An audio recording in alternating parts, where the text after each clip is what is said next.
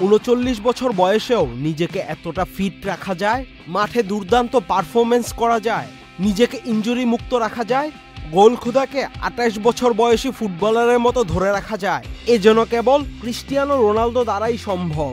ক্যারিয়ারের পরন্ত বিকেলে এখনো দিয়ে যাচ্ছেন নিজের সেরাটাই, সেটা হোক জাতীয় দল কিংবা ক্লাব ফুটবলে।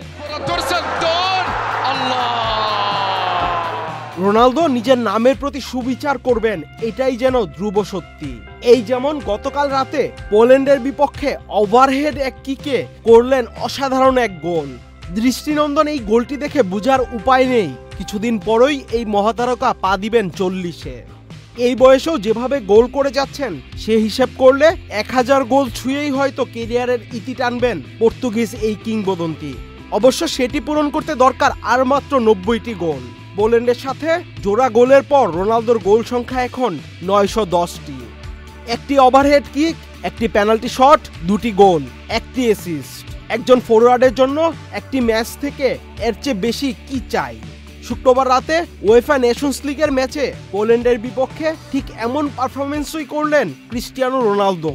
39 বছর বয়সী তারকার দুর্দান্ত নৈপুণ্যের দিনে পর্তুগাল জিতেছে 5-1 গোলের ব্যবধানে। যে জয় রোনালদোকেও তুলে দিয়েছে বড় এক রেকর্ডে।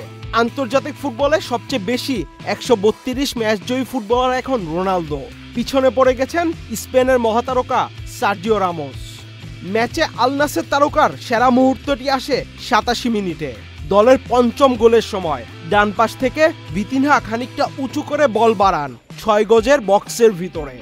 বলের চেয়ে কিছুটা সামনে এগিয়ে রোনালদো শূন্যে ভেসে ওভারহেড কিকে দূরের কোণ দিয়ে বল জালে পাঠিয়ে দেন।